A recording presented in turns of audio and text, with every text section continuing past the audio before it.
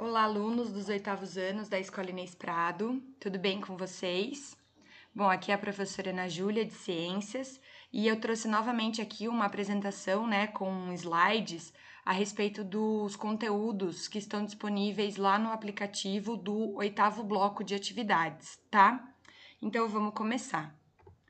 Bom, inicialmente, a atividade lá do aplicativo, ela traz uma informação de conhecimento para vocês sobre os rios aéreos, tá? O que seriam esses rios aéreos? São fluxos de umidade, que vem lá da floresta amazônica, então dessa região aqui, do nosso país, lá no norte do nosso país.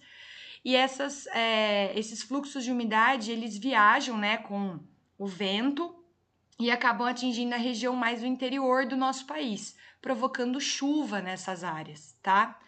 No entanto, o que vem acontecendo, Devido à agropecuária e o desmatamento e também as queimadas, aqui se forma, ó, nessa região, um arco do desmatamento.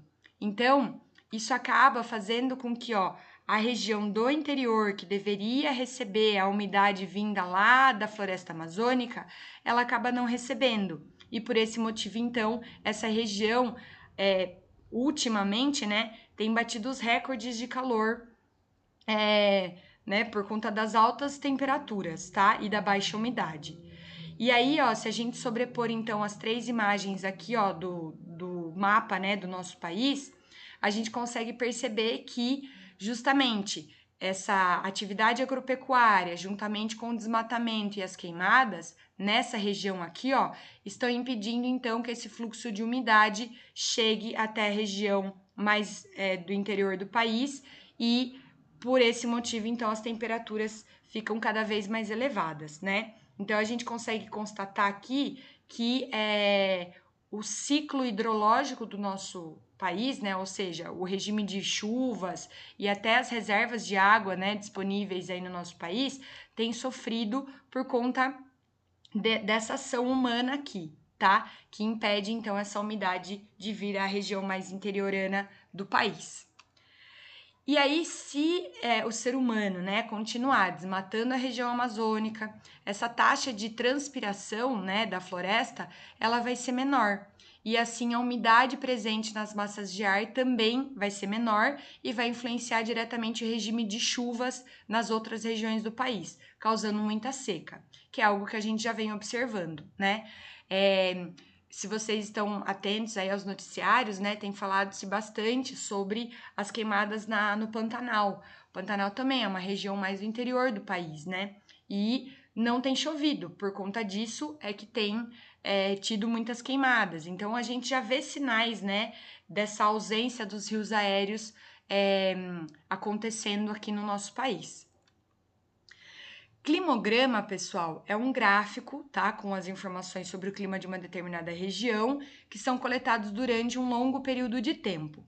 Então, aqui a gente tem um exemplo, numa cidade chamada de Chapecó, lá em Santa Catarina. Então, vejam aqui que a gente tem o período, ó, praticamente o período de um ano inteiro, desde janeiro até dezembro. Então, são coletadas informações, nesse caso aqui, a respeito do índice de chuvas, tá? Que é a pluviosidade, que está representado aqui nessas colunas azuis, e também a temperatura, que está indicado aqui, por esses números vermelhos e por essa linha também vermelha. Então, a partir de um climograma, a gente consegue constatar, qual foi o mês em que mais teve chuva, qual foi o mês mais frio do ano, qual foi o mês mais quente do ano, qual foi o mês que teve menos chuva, tá? Então, notem aqui, ó, a menor barrinha seria essa. Então, isso indica que em março, foi o mês que menos choveu. E eles têm o dado até, preciso aí da quantidade de chuva que ocorreu no local. Aqui, ó, o mês de outubro foi o mês que mais choveu, E também tem a informação de quanto foi esse volume de chuva. Aqui também nós temos as temperaturas, ó. Então, janeiro foi o mês com maior temperatura média. Aqui, nessa parte mais baixa, o mês de mais frio, de menor temperatura média. tá? Então, é um gráfico bem interessante que nos traz várias informações, né, a respeito do clima de uma determinada região. E o clima no mundo, né, pessoal? Então, ó, a combinação de fatores como temperatura, umidade relativa do ar e pressão ajuda a estabelecer 5 grandes grupos climáticos ao redor do mundo. Então, aqui nós temos o mapa do planeta, né, da Terra. E aí nós temos, então, ó, o clima tropical, que está em vermelho, tá? Então, as regiões de clima tropical. O laranja é clima árido, tá? O beijinho aqui, ó, meio rosinha, na verdade, é o clima temperado. O verde é o clima continental e o branco, clima glacial.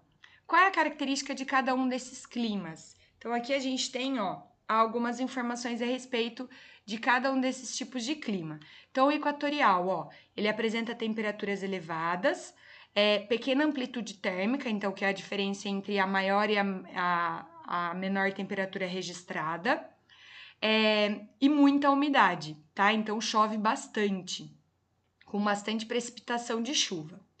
O clima tropical, ó, ele apresenta elevadas temperaturas e 2 estações bem definidas, que são o verão, né, que é muito quente e úmida, e a mais fria e seca, que é o inverno, tá? Que seria o nosso país, tá, pessoal? O nosso país, ele tá enquadrado aqui como um país de clima tropical. O temperado, né? Os países que têm clima temperado, ele possui temperaturas mais amenas, né? Então, temperaturas mais baixas e umidade que varia de acordo com a sua localização. Então, quanto mais próximo ao litoral, né, o país ou a cidade for, mais úmido ele será. Temos também o clima subtropical, que apresenta temperaturas mais amenas e grande amplitude térmica, tá? Então, grande diferença entre a máxima e a mínima.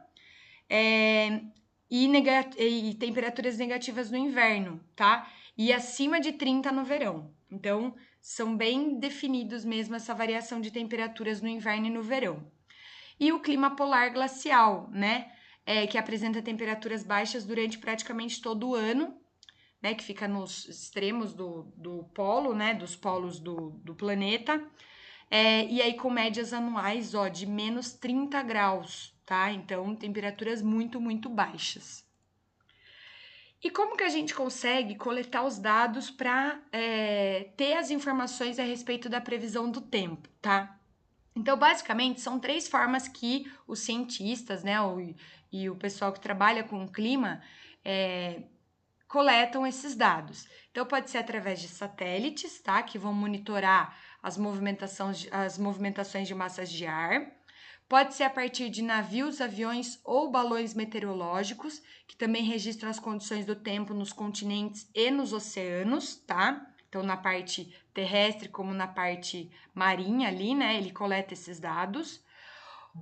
E nas estações meteorológicas, né? Que aí vão ter diversos equipamentos, que mais para frente a gente também vai ver quais são esses equipamentos, mas eles vão medir a temperatura, a pressão atmosférica, a umidade do ar, a velocidade e a direção do vento, a pluviosidade, né, que é a quantidade de chuva, entre outros fatores. E aí eles coletam todos esses dados sobre as condições ali daquela região, daquele local. E após, então, essa coleta de dados, né, eles são analisados por computadores em centros de pesquisas meteorológicas e aí são simulados, né, modelos para prever justamente como será o tempo, né, o clima em um intervalo de alguns dias. E por fim, então, isso daí vai ser divulgado, né, em órgãos de comunicação, nos jornais, na televisão, ou até hoje em dia, né, no próprio celular, a gente tem acesso a essas atualizações constantes sobre a previsão do tempo, tá? E aí, pessoal, então, ó, diversas variáveis, elas são consideradas na previsão do tempo, tá? Entre elas, essas que eu acabei de citar ali, falando sobre como elas são coletadas, né? Então, a temperatura do ar, a velocidade, a direção do vento, a umidade do ar, a pluviosidade e a pressão atmosférica. Então, todas elas são importantes. E o interessante é que umas interferem nas outras, tá? Elas não podem ser analisadas de forma isolada, elas têm que ser analisadas todas em conjunto porque elas interagem entre si, cada um desses fatores aqui, e podem impactar umas nas outras, tá? Refletindo diretamente aí sim na previsão do tempo. Então, a pluviosidade, o que seria? Seria o volume de chuva que ocorre numa determinada área em determinado período de tempo, tá? Aí essa informação ela é relevante para a atividade agropecuária, né? Então é importante, por exemplo, um agricultor saber qual é a época do ano que mais vai chover para ele plantar determinado tipo de vegetal que realmente precisa de mais umidade, né? Então é uma informação importante. Funcionamento de aeroporto para navegação. Então, assim, o avião ele não pode decolar se tiver vindo uma tempestade, por exemplo, né? Uma chuva com um grande volume de água. A mesma coisa serve para navios e embarcações. Então, tudo isso é interessante para esses tipos de segmentos, tá? Além disso, né, a informação de chuva, ela também auxilia a Defesa Civil, que é um órgão que tem em cada cidade, né, em cada município, que cuida, né, do município para que não tenha desastres, digamos assim, né? Então, quando chove muito, a chance de ter um alagamento, um deslizamento de terra aumenta bastante. Então, é muito interessante também a defesa civil, né? O órgão de defesa civil do município ter acesso a essas informações para poder tomar providências, né? A respeito do que pode acontecer devido a um grande volume de chuva que acontecer ali na cidade, tá? A umidade relativa do ar. A umidade relativa do ar é a relação entre a quantidade de água no estado de vapor presente no ar e a quantidade máxima de vapor de água que poderia existir na mesma temperatura, tá? Então, a umidade relativa do ar, ela vai influenciar diretamente a pluviosidade, a quantidade de chuva que vai cair naquela região, tá? Então, aqui, a umidade relativa do ar, ela também altera a sensação térmica, que é a sensação de temperatura que o nosso corpo sente. Então, quanto mais úmido for o ar, mais será o efeito da temperatura. Então, por exemplo, está muito quente e a umidade relativa do ar também está elevada, isso então vai potencializar essa temperatura alta. Da mesma forma que vai acontecer o contrário. Se a temperatura estiver muito baixa e a umidade do ar estiver alta, ela também vai potencializar essa sensação térmica da temperatura mais baixa no nosso corpo, tá?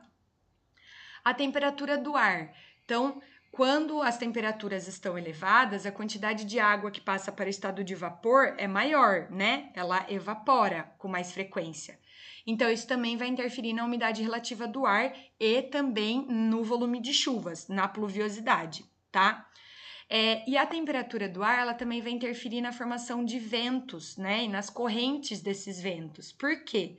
Porque quando o ar ele tá mais quente, o ar ele fica mais leve, ele fica menos denso. E aí a tendência é que ele suba, né, para as camadas mais altas da atmosfera. E quando o ar ele está mais frio, ele se torna mais denso. Então ele tem a tendência a descer. E aí isso ocasiona uma movimentação, né? Massas de ar que estão frias, mas que começam a se esquentar, tem a tendência de subir. E massas de ar fria que estão lá em cima na atmosfera, têm a tendência de descer porque estão ficando mais geladas. Então, isso ocasiona, né? Isso propicia o movimento das correntes de ar. A velocidade e a direção do vento, elas também são importantes, né? Por quê? A evaporação da água, ela sofre a influência do vento, pois ele aumenta a taxa com que a mudança de estado físico do líquido para o gasoso ocorre, interferindo diretamente aí na umidade relativa do ar, tá? Então, a formação dos ventos, ela está relacionada com a temperatura do ar. Então, a velocidade e direção do vento influencia o deslocamento das massas de ar que levam ar quente ou frio para determinadas regiões. Então, o vento também é um grande influenciador aí de toda a questão de temperatura e evaporação da água. A pressão atmosférica. A pressão atmosférica é a pressão exercida pela camada de ar sobre a superfície da Terra, tá? Ela também vai ter efeito sobre a vaporização da água, e aí a gente constata, ó, que quanto menor a pressão, mais fácil a água líquida passa para o estado gasoso. É mais fácil para a água evaporar, tá? E vejam que curioso. Então, ó, uma baixa pressão do ar, ela proporciona um maior vapor de água, né? que está relacionada, então, com o aumento também da umidade do ar e aumento do volume de chuvas, tá? Agora, se a pressão do ar ela tá alta, isso vai diminuir a umidade do ar e diminuir a probabilidade de chuva naquela região, tá? Agora, medindo os fatores da previsão do tempo. Então, quais são os instrumentos que, de fato, né, as estações meteorológicas usam para coletar esses dados e conseguir trazer para nós, né, uma previsão de como vai ser o tempo? Então, primeiro de todos são os termômetros, né? Então, os termômetros, alguns deles medem a temperatura instantânea do ar, ou seja, a temperatura naquele instante, naquele momento, enquanto outros conseguem registrar a temperatura máxima e mínima ocorridas em um dia, tá? O anemômetro, ele é esse instrumento aqui, ó. Eles são como se fossem conchas, né? Ó, 3 conchas grandes, e conforme o vento entra nelas, bate nelas, ele gira, tá? E aí é possível, então, determinar a velocidade em que o vento está. Nós temos também o pluviômetro, que é o equipamento que mede a quantidade de chuvas, então ele é como se fosse um coletor, né? Todo o volume de chuva vai caindo aqui, e aí a gente consegue determinar, então, quais são os milímetros ali de chuvas que foram liberados ali naquela região, tá? E o barômetro, que mede a pressão atmosférica. Então, aqui, ó, tem uma coluna, né? Um vidrinho com mercúrio dentro. E esse tubo de vidro com mercúrio, ele vai oscilando, né? Esse mercúrio ele pode subir ou diminuir ou abaixar. E aí é isso que vai determinar a pressão atmosférica naquela região. Então, uma maior pressão atmosférica é quando a altura da coluna de mercúrio ela está mais alta, né? Está mais elevada. E quando a pressão está menor, é porque também está menor a altura da coluna de mercúrio, tá? É como se fosse um termômetro, bem semelhante a um termômetro, mas que verifica a pressão atmosférica. E as alterações climáticas, então, pessoal? Então, notem que curioso essa foto, né? Ó, é de um mesmo local, tá? Essa foto foi tirada em 1913 e essa em 2012, né? Então, praticamente 100 anos após aí. E a gente consegue ter a nítida impressão de que praticamente não há mais geleiras, né? Não há mais neve nessa região. E isso se deve, pessoal, todas essas alterações, né, do clima que a gente vem observando constantemente, são causadas principalmente pelo aquecimento global, tá? Que é justamente o aumento da temperatura do planeta. E aí estima-se, ó, que nos últimos 100 anos a temperatura média tenha aumentado cerca de 0,74 graus Celsius, ou seja, quase 1 grau Celsius de temperatura, né? O que é bastante, embora seja para 100 anos, né? Ao longo de 100 anos, mas é um valor bastante expressivo. Isso está relacionado a quê, né? Os pesquisadores, eles relacionam essa alteração climática à intensificação do efeito estufa, né, que é provocado principalmente pelas atividades humanas. Então, a queima de combustíveis fósseis, né, então dentro de indústrias, de empresas, dos próprios veículos, né, a gente fica eliminando muita fumaça, muitos poluentes através da queima de petróleo, então isso vem prejudicando, né, a atmosfera do nosso planeta. A realização de queimadas, que também vai poluir e a gente vai estar perdendo aí as matas, né, que, como a gente viu lá no primeiro slide, vão influenciar diretamente no movimento da umidade, né, no fluxo de umidade dos rios aéreos. E o desmatamento, tá? Então, são os principais as principais atividades humanas aí que vêm ocasionando esse aquecimento. E quais são as consequências do aquecimento global? Então, ó, ciclones, furacões, tufões e tornados são fenômenos atmosféricos que já existem, claro, é natural eles existirem, mas eles vão ser intensificados pelo aquecimento global. Então, hoje em dia a gente vê mesmo, né, esses fenômenos aqui vindo com muito mais força, né, com muito mais poder de destruição, tá? Por conta disso, por conta desse aumento na temperatura global. E aqui tem uma breve explicação sobre a diferença entre tornado e furacão, tá? Então, o tornado ele é parecido com o formato de um funil e o fenômeno é mais pequeno, né? Ele não passa de 2 km de diâmetro, tá? E aí a nuvem ela gira em espiral e quando toca a terra, o tornado é configurado, né? Devastando ali, arrastando tudo que vê pela frente. Já o furacão, pessoal, ele tem um formato circular, ó, vejam que ele é bem maior, né? Aqui tem um desenho de um funil mesmo, e aqui já é um formato circular. E ele pode alcançar, ó, pelo menos 10.000 quilômetros de extensão, então ele é muito maior, tá? Consequentemente, o poder de destruição dele também é maior, tá? E aí ele se forma também a partir das águas quentes do oceano. Então ele é mais comum de se formar no oceano e acabar sendo arrastado para dentro do continente, né? E aí quando ele fica sobre o continente, pode tocar o continente, daí sim é que ele causa, né, muitos estragos, tá? E aqui a gente tem algumas atitudes, algumas dicas, né, para tentar combater o aquecimento global. Então, ó, reduzir o consumo de carne bovina. Por quê? Porque a carne bovina, pessoal, ela é proveniente do pastoreio, né, de gado. Então, para você conseguir criar o gado, você tem que ter áreas desmatadas, né? Você tem que ter áreas de pasto, que anteriormente eram florestas. Então, se você come muita carne bovina, você de certa forma está influenciando o aumento da produção desse tipo de carne, né? Da produção ali do cultivo do gado, para daí então o que diretamente influencia no desmatamento e nas maiores áreas de pasto, tá? No país. Evite o uso de canudos e copos descartáveis. Na verdade, isso não serve só para canudos e copos, né? Mas acho que todo tipo de plástico de modo geral, né? Por conta da poluição. O plástico ele tem sido um dos maiores problemas, né? De lixo urbano. Então, evitar o uso, né, desses materiais, ou se você fizer uso desses materiais, optar pela reciclagem dele é mais eficiente e vai impactar menos no ambiente, tá? Faça pequenos trechos a pé. Então, sempre que possível, se você não precisar usar o carro ou qualquer tipo de meio de transporte, você vai estar colaborando com uma menor poluição atmosférica, né? Não desperdice alimentos, porque também o cultivo dos alimentos, pessoal, assim como da carne bovina, é preciso áreas, né? Áreas desmatadas para cultivar os alimentos.